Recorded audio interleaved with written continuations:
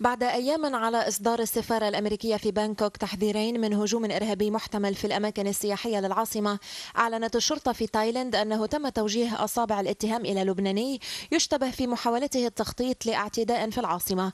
وقد قاد بعد التحقيق معه أفراد الشرطة إلى أحد المباني في منطقة قريبة من العاصمة، حيث تم العثور على مواد كيميائية قابلة للانفجار. وفي حديث لصحيفة بانكوك بوست، أكد قائد الشرطة التايلاندية أنه وبعد إلقاء القبض على حسين عتريس وهو لبناني يحمل جوازا سويديا وله علاقات مشبوهة بحزب الله، اعترف الأخير بمكان وجود المواد التفجيرية. وبعد مداهمة المبنى تم العثور على 4380 كيلوغراما من أسمدة اليوريا المركزة و260 لترا من نترات الأمونيوم و400 مروحة كهربائية كانت موجودة في الطابق الثاني من المبنى.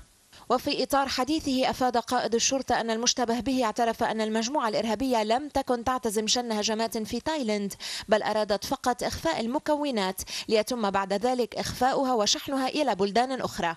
الشرطة أكدت أن حيازة هذه المواد تعرض صاحبها للسجن لمدة 5 سنوات وتغريمه، وسيتم الاحتفاظ بالمواد كافة لمزيد من الاستقصاء، وأن عتريس سيبقى موقوفا لدى الشرطة وسوف يتخذ المسؤولون القرار المناسب بشأن المسائل المتعلقة بتسليمه وترحيله.